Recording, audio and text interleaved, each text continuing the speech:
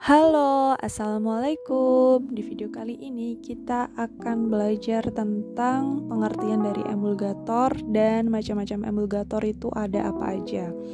Nah, emulgator sendiri atau bahan pengemulsi adalah bahan yang digunakan untuk pembentukan proses emulsifikasi pada waktu pembuatan, pengontrolan, dan saat penyimpanan. Kemudian ada dua, yaitu ada bahan karbohidrat seperti zat-zat yang terjadi secara alami ini seperti akasia, gom, tragakan, kondrus, dan pektin. Yang kedua ini ada zat-zat protein seperti gelatin, kuning telur, dan kasein alkohol dengan bobot molekul tinggi. Nah, untuk macam-macam emulgatornya sendiri, ini berdasarkan asal bahannya, ini ada dua, yaitu emulgator alam dan emulgator buatan. Nah, kita bahas yang emulgator alam dulu. Emulgator alam ini tuh diperoleh dari alam dan tanpa proses yang rumit. Ini contohnya ada dari emulgator dari tumbuh-tumbuhan, emulgator dari hewan, dan emulgator dari tanah mineral. Nah, nanti kita bahas satu persatu ya. Untuk emulgator dari tumbuh-tumbuhan, ini contohnya ada gom Arab, tragakan, agar, dan ada kondrus. Kemudian untuk emulgator yang berasal dari hewan, ini ada kuning telur dan ada adepts lanai. Lalu untuk emulgator dari tanah mineral, ini ada magnesium, aluminium silikat, dan bentonit.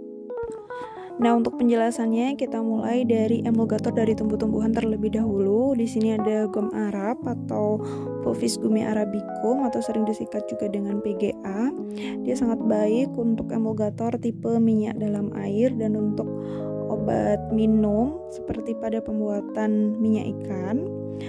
Stabil dan tidak terlalu kental. Kestabilan emulsi ini berdasarkan dua faktor, yaitu kerja gom sebagai koloid pelindung dan terbentuknya cairan yang cukup kental, sehingga laju pengendapan cukup kecil, tetapi dia akan tetap harus mudah dituang atau tiksotropi. Yang selanjutnya masih emulgator dari tumbuh-tumbuhan, yaitu tragakan. Dia di dalam air ini sangat kental sehingga untuk memperoleh emulsi dengan viskositas yang baik hanya diperlukan tragakan sebanyak 1/10 kali gom Arab. Jadi ini lebih hemat. Tetapi emulgator ini hanya bekerja optimum pada pH 4,5 sampai 6. Nah, untuk pembuatannya, tragakan dibuat korpus emulsi dengan menambahkan sekaligus air sebanyak 20 kali berat tragakan. Hanya sebagai pengental dan dia tidak dapat membentuk koloid pelindung. Yang selanjutnya ini masih emulgator dari tumbuh-tumbuhan, yaitu agar. Nah, agar ini tuh kurang efektif jika dia dipakai sendirian dan jadi dia harus dikombinasikan dengan emulgator yang lain.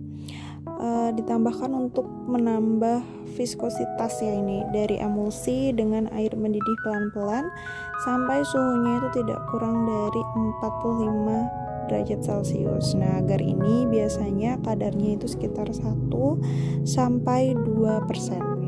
Yang selanjutnya masih emulgator dari tumbuh-tumbuhan, yaitu kondrus. Dia sangat baik dipakai untuk emulsi minyak ikan karena kondrus ini dapat menutupi rasa dari minyak ikan yang amis tersebut. Nah, untuk cara penyiapannya ini sama seperti perlakuan pada yang agar yang tadi.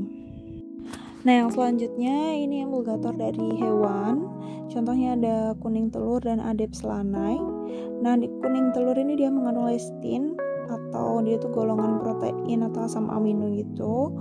Dan dia juga mengandung kolesterol. Yang keduanya semuanya ini merupakan dia memiliki fungsi sebagai emulgator. Kemudian yang kedua ini ada adepts lanai. Adepts lanai ini mengandung kolesterol dan dia merupakan emulgator tipe WO, water in oil, dan dia banyak digunakan untuk pemakaian luar ya. Kemudian ini ada emulgator alam dari tanah mineral. Ini ada magnesium, aluminium silikat atau VGUM.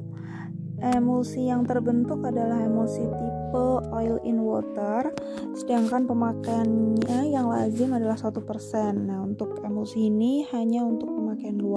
Yang selanjutnya ini adalah bentonit, yaitu tanah liat yang terdiri atas senyawa aluminium silikat yang dapat mengabsorpsikan sejumlah besar air sehingga membentuk massa seperti gel. Untuk tujuan sebagai emulgator ini digunakan sebanyak 5% dan dia akan membentuk emulsi tipe WO atau air dalam minyak. Yang kedua, setelah kita tadi bahas emulgator alam, ini ada emulgator buatan. Itu dibagi menjadi 4, ada anionik, kationik, nonionik, dan amfoter. Untuk anionik sendiri ini terdiri dari sabun alkali dan natrium lauril sulfat. Kemudian untuk kationik ini ada senyawa amonium kuartener. Kemudian untuk nonionik ini ada twin dan span, dan untuk amfoter ada protein lecitin. Sekian dulu video kali ini. Terima kasih atas perhatiannya. Kalian juga untuk yang kurang jelas nanti bisa tanya juga di kolom komentar ya. Terima kasih. Wassalamualaikum warahmatullahi wabarakatuh.